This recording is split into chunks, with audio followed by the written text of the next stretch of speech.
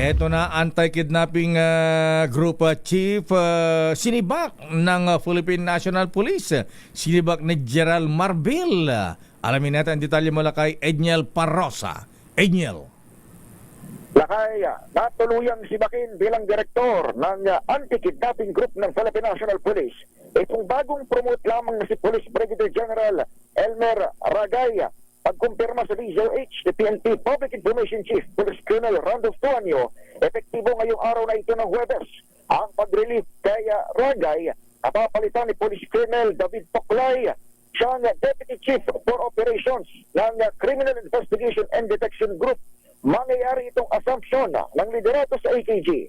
Kasunod ng napaulat na pagdukot sa isang Chinoy businessman na huling nakita sa lungsod ng Parañaque noong Marso 29.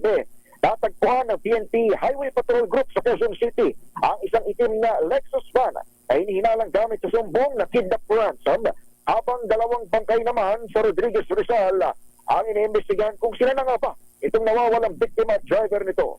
Magugunit ang unang inalis sa pwesto si Ragay matapos ang kidnap incident sa isang estudyanteng dayuhan sa Taguig noong Pebrero, pero binawi ito kalaunan ng PNP salig sa pagbabawal sa transfer ng mga opisyal ngayong election period nang walang kaukulang basbas mula sa Commission on Elections. Ito si Edniel Parrosa. Edniel, ba't wala pang detalyang ba't tahimik ang PNP dito sa issue ng kidnapping ni Mr. Anson Ke? Alam ba silang press conference para malinawan naman ang ating mga kababayan, lalo na ang Chinese community, ha? Abay, takot na sila. Ayan, ang aga na nagsasanang kanilang mga business dyan sa Mebinondo. Tama ka dyan, Lakay. In fact, kahapon pa na-receive ng reporters itong pinaka-spot report nung nakita yung dalawang dyan sa bahagi ng Rodriguez Rizal. Detalyado naman, Lakay, yung report, pero walang nagkukumpirma pa doon sa mga talking heads ng PNP kung sila na nga ba yung nawawalan Chinoy businessman. Wala pa nagpapangalan.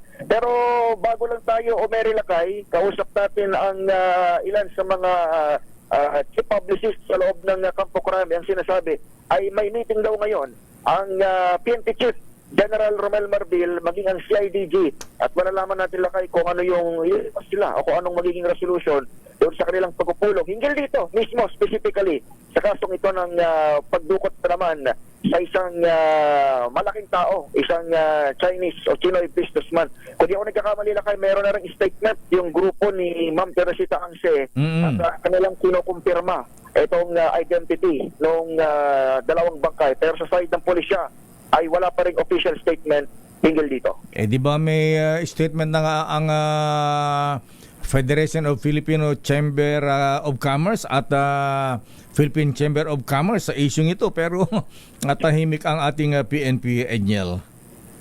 Tama ka dyan, Lakay. Maging yung grupo ni Ma'am Teresita Angse, yung restoration movement for peace, Lakay, ay movement for restoration of peace ay meron na rin statement pagkumpirma ngayong umaga, pero sa side ng PNP ongoing pa raw yung meeting doon sa loob kung anong magiging resolution dito. Aapangan natin, Lakay, pero ayun nga, ang meron pa lamang tayo ngayon is police report na may nakuhang sasakyan doon sa Quezon City na connected dito sa kidnap incident, at police report din ng dalawang bangkay dyan sa Rodriguez Rizal.